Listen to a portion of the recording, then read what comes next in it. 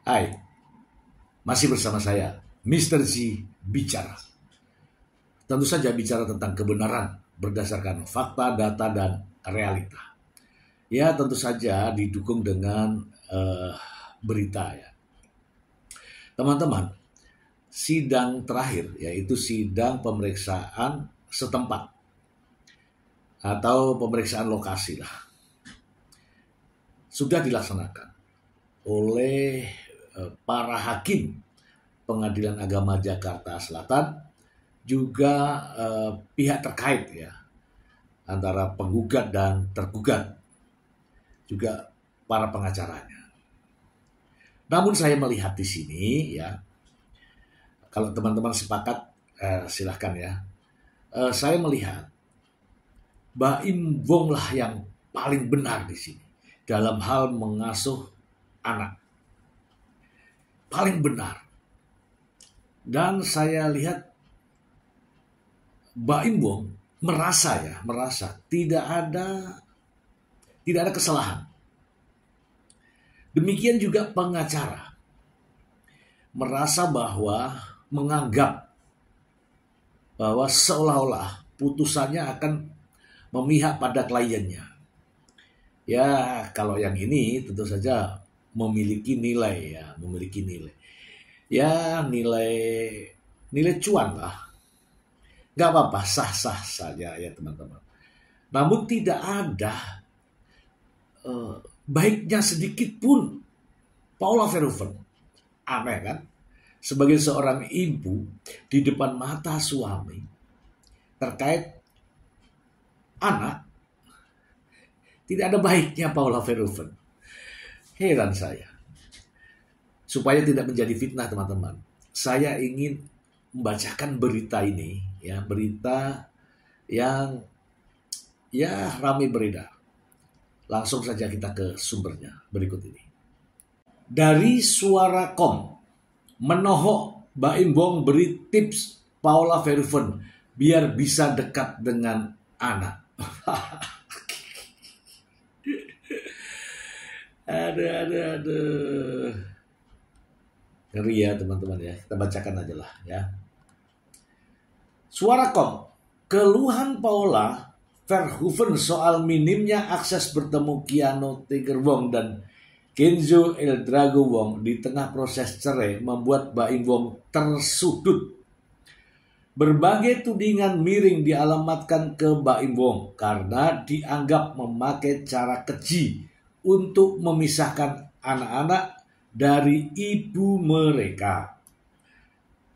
Hari ini Jumat 21 Maret 2025, Baim Wong menunjukkan ke publik bagaimana suasana pertemuan Keanu Tiger Wong dan Kenzo El Drago Wong dengan Paula Verhoeven.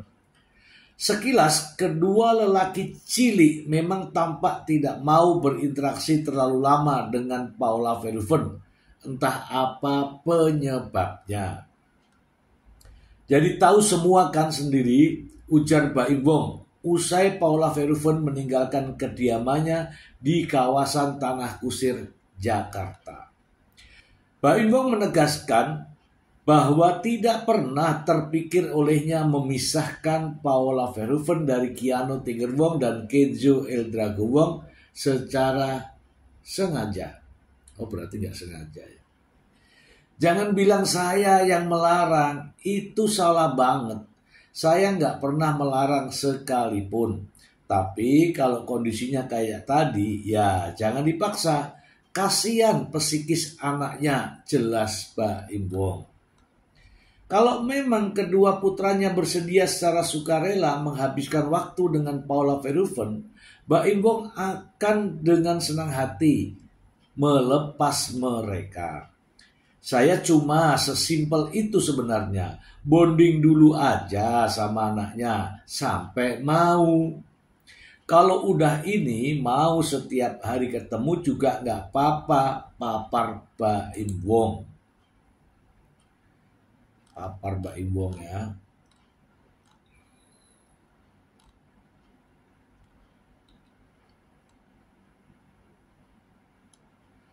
Mbak Imbong bahkan sudah menyiapkan rencana untuk bagaimana caranya anak-anak mau mendekatkan diri ke Paula Verhoeven. Kalau pakai cara gue ya, yuk kita nginep di hotel berduaan nih, kanan kiri apa namanya itu, connecting door, gue di sebelah, lu di sebelah. Jelas Mbak Imbong. Itu mah sementara. Suruh tidur sama lo berhari-hari. Kalau udah nyaman, gue tinggalin. Nikmatin. Sesimpel itu sebenarnya.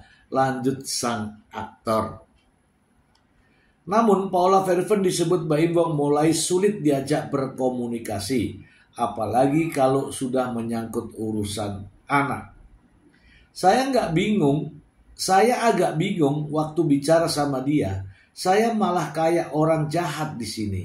Saya harus berbicara dengan bahasa apa? Keluh Mbak Imbong. Mbak Imbong pada akhirnya juga selalu jadi pihak yang disudutkan publik gara-gara cerita Paula Verhoeven soal sulit bertemu anak. Saya nggak bisa berbicara karena apa? Di mata kalian yang nonton semuanya, saya dikira membela diri. Salah lagi, lanjut Mbak Imbong.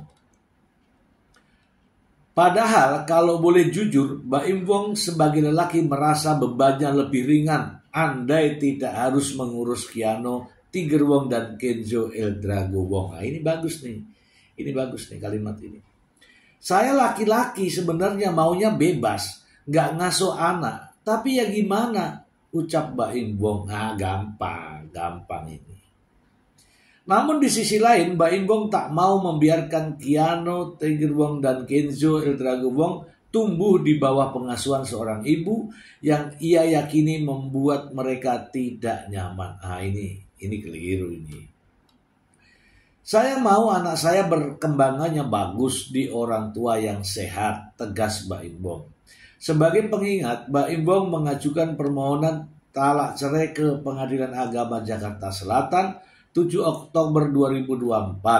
Isu perselingkuhan disebut-sebut jadi pemicu perceraian kedua publik figur tersebut.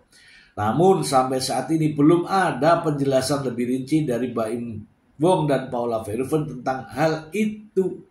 Emang tidak ada.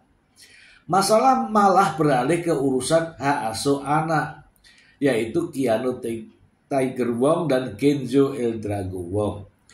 Paula Verhoeven mengaku tidak bisa menemui Keanu Tigerwong dan Kenzo Eldrago Wong semenjak pisah rumah dari Mbak Imbong karena perceraian. Sedang dari versi Mbak Imbong, ia tidak pernah menutup akses untuk Paula Verhoeven menemui Keanu Tigerwong dan Kenzo. Anak-anaknya sendiri yang menolak bertemu mereka. Selain masalah hak asuh anak, sempat muncul juga isu KDRT dari sidang pembuktian perceraian Mbak Imbong dan Paula Verhoeven.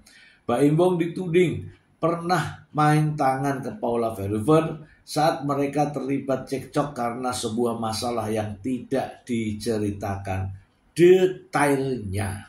Oke, teman-teman. Ya, kalau ini ya, kalau berita ini ya ada yang benar, ada yang tidak ya. Baik teman-teman, kita bahas. Teman-teman ya, kita bahas ini ya. Saya kalau dengar ini ya enak ya, dinarasikannya enak ya. Namun ada beberapa hal ya yang perlu teman-teman juga ketahui bahwa begini ceritanya. Ketika itu kita tidak tahu apa yang terjadi dengan mereka. Jujur saja kita tidak tahu. Yang kita lihat sekarang kan akhir-akhir ini. Apa penyebabnya dan sebagainya, terus bagaimana cara mereka berkomunikasi, sama sekali kita tidak tahu.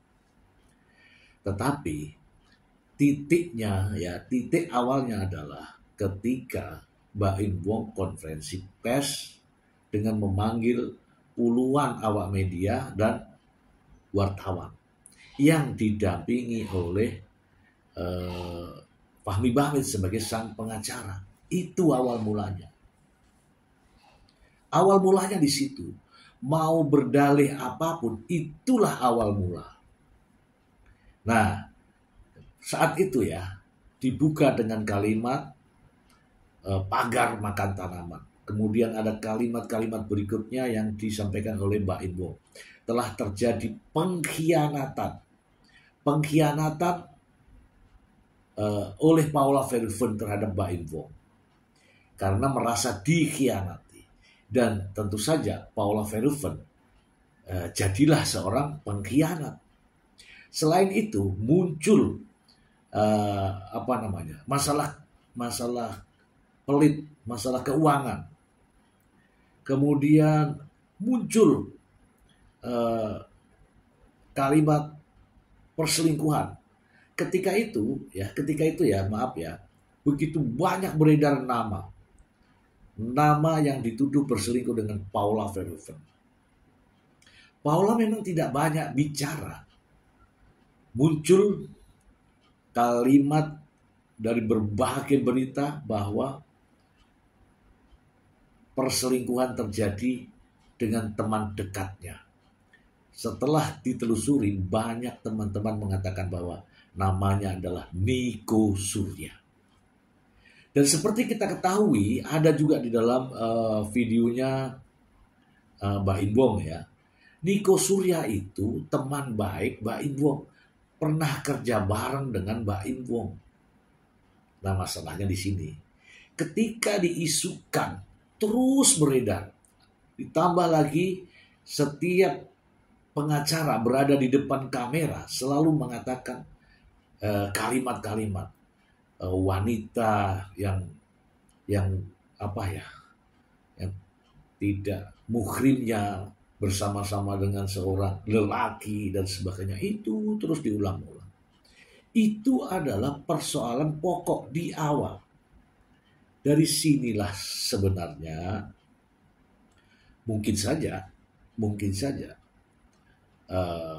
anak-anak di tangan mereka, para pembantunya, para bibi-bibi pengasuhnya, kita tidak tahu. Nah, di situ muncullah ada akibat daripada perjalanan ini, sehingga seolah-olah Paula mau ke sana, anaknya tidak mau, diantar oleh Mbak Inwong, anaknya tidak mau. Paula mau kangen ya ketemu anak-anaknya, harus ke sekolah, dan itu hanya dibatas pada jam sekolah. Tidak ada kebebasan untuk bertemu anak sendiri. Yang mana Mbak Inwong bisa bertemu setiap hari, setiap saat, setiap jam, bahkan bermalam bersama, tidur bersama. Tetapi Paula tidak ada kesempatan itu. Oke teman-teman. Dalil di awal adalah adanya perselingkuhan sehingga mengajukan gugatan cerai. Dan ingat ini dannya ini, menuntut hak asuh anak. Dari sini kita bisa tebak apapun persoalannya, dengan menuntut hak asuh anak ini sudah bisa kita tebak. Entah siapa yang menjadi pelakunya, yang jelas kita sudah bisa tebak. Dengan menuntut hak asuh anak artinya apa? Berharap mendapatkan hak asuh anak. Supaya membuktikan dalil ini, menguatkan dalil ini, ya harus dibuat.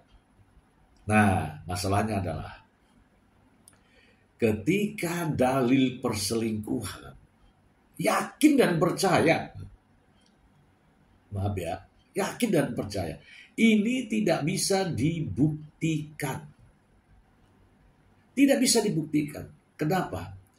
Karena Paula sendiri sudah mengatakan bahwa itu semua narasi tidak benar.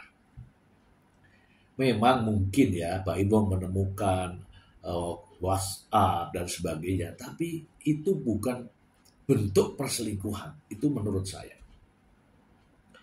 Namun sang pengacara menganggap bahwa itu perselingkuhan karena menurut syariat Islam dan sebagainya tidak boleh WA dengan laki-laki lain. Teman-teman juga begitu ya. Begitu ya teman-teman ya. Nah, setelah tahu bahwa tudingan atau dalil masalah perselingkuhan ini sulit, apa yang harus dilakukan? Yang harus dilakukan adalah dalil yang lain. Nah, yang nampak di sini adalah dalil yang lain. Justru ini yang terus dibesar-besarkan. Bagaimana caranya? Oh, anaknya harus tidak boleh lama-lama bertemu. Udahlah. Dalil trauma anak terhadap ibunya itu akhirnya muncul di permukaan. Sementara kita semua melihat bahwa Paula Verhoeven begitu sayang dan cinta kepada kedua putranya. Demikian juga anak-anaknya yang masih balita itu. Begitu rindunya jika ketemu mamahnya. Namun sudah di framing bahwa anak-anak trauma. Nah, dengan anak-anak trauma inilah kemudian menjadi bola liar. Sehingga harus dipertahankan. Kaitan dengan trauma anak.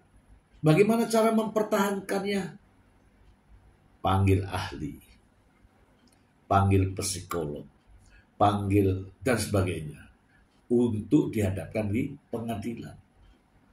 Ini cara-cara ini, ya sama aja lah, beginilah, sama saja ini saya kasih tahu nih. Ini bukan ke arah situ, sama aja.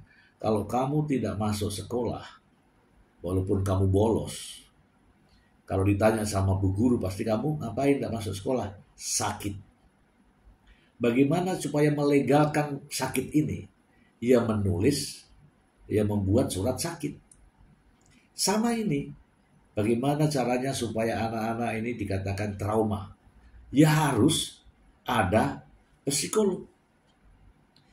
Nanti akhirnya jawabannya sesuai dengan psikolog, penilaian psikolog.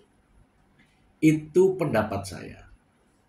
Sehingga seolah-olah apa yang diucapkan itu menjadi legal dan sesuai dengan aturan, sesuai dengan hukum.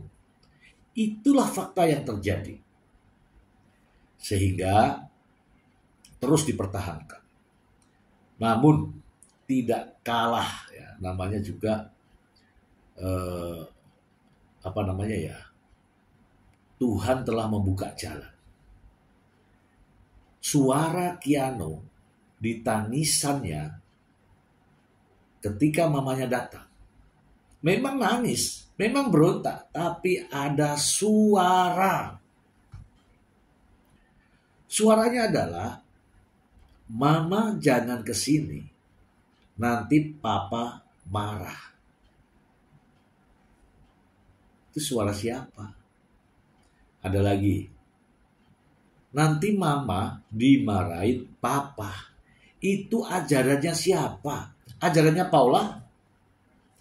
Jelas tidak. Itu adalah apa yang dilihatnya, apa yang didengarnya, apa yang dirasakan, sehingga dia ungkapkan. Dan ada lagi, pada suatu ketika, anak-anak kecil ini berbincang-bincang berdua. Apa yang dia katakan? Kita harus apa, Kak? Kita harus jagain Mama. Kita pergi aja yuk. Apakah itu ada narasinya? Tidak. Itu keluar dari mulut anak balita. Siapa yang bilang trauma? Dan terakhir kemarin, ada kalimat yang baru keluar dari Keanu. Kalimatnya adalah, Mama, Kakak masih mau dengan Mama. Artinya semua terjawab. Trauma anak tidak, ya, tidak ada. Anak-anak ketika ada sama Mbak Imbong, pasti Paula agak lain. Ke Paula agak lain. Kalau di tempatnya Mbak Imbong, Paula datang, anak-anak agak lain. Karena sudah adaptasi.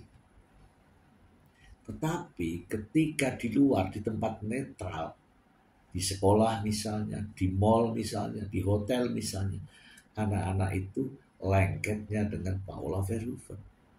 Yang penting gak ada papanya. Itu fakta, teman-teman.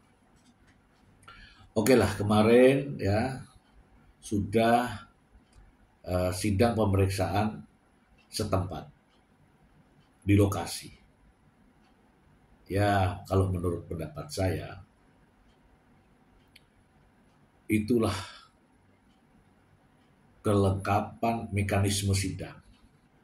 Mulai dari gugatan, pengajuan gugatan, kemudian mediasi, kemudian pembuktian, ini kesimpulan termasuk di sini adalah sidang setempat, kemudian disimpulkan lagi, baru ada keputusan. Memang serasa panjang, tapi inilah mekanisme utuh, ya, mekanisme sesuai dengan prosedur. Sudah dilalui semua. Waktu yang diberikan maksimal adalah 6 bulan dan 6 bulan dijalankan oleh hakim. Kemudian hakim pun akan memberikan kesimpulannya. Dari kesimpulan itu, majelis hakim akan sepakat untuk mengambil keputusan. Jadi teman-teman, kita harus melihat dari dalil-dalil sebelumnya. Dalil-dalil sebelumnya yang ramai itu adalah adanya perselingkuhan, kemudian menggugat cerai dan menuntut hak asuh anak. Sudah itu dulu. Perselingkuhan haruslah dibuktikan. Kalau tidak bisa dibuktikan, hakim akan mengatakan bahwa dalil tidak cukup bukti. Kalau dalil tidak cukup bukti, kemudian tadi kan diiringi dengan tuntutan hak asuh anak, maka hak asuh anak diberikan kepada Paula. Ini adalah kesimpulan. Oke. Kemudian muncullah dalil baru bahwa anak-anak trauma kepada ibunya. Ini untuk menutupi dalil sebelumnya. Sehingga yang didatangkan adalah ahli psikologi anak. Namun, Paula Verhoeven juga memiliki bukti kedekatannya antara Paula Verhoeven sebagai seorang ibu dan kedua anaknya. Bukti kedekatan inilah yang mematahkan tudingan adanya trauma anak kepada ibunya. Ya karena dalil-dalil semua sudah terbantahkan dengan sendirinya, muncul dalil baru di luar persidangan yang mengatakan bahwa seseorang yang tidak sehat jasmani dan rohani tidak berhak mendapatkan hak asuh anak. Itu dilontarkan oleh sang pengacara dan yakin ditujukan kepada Paula Verhoeven. Kalau menuduh ini, jelas hakim juga tidak percaya. Masa Paula sakit jasmani, masa Paula sakit kejiwaan? Tentu saja tidak masuk akal. Nah, karena tidak masuk akal inilah sehingga hakim akan mengambil keputusan dengan berpedoman pada kompilasi hukum Islam. Karena ini sidang di pengadilan agama. Karena keduanya agama Islam, maka dasarnya adalah kompilasi hukum Islam. Dan di kompilasi hukum Islam sudah diatur bahwa akibat perceraian terhadap anak yang masih berusia di bawah 12 tahun atau belum mumazid, hak asuhnya diberikan kepada ibunya. Namun lagi-lagi kompilasi hukum Islam ini dianggap tidak berlaku oleh sang pengacara. Karena sang pengacara mengatakan adanya surat edaran Mahkamah Agung. Surat dari Mahkamah Agung, surat edaran dari Mahkamah Agung itu fungsinya adalah mengisi kekosongan hukum. Kalau kekosongan hukum,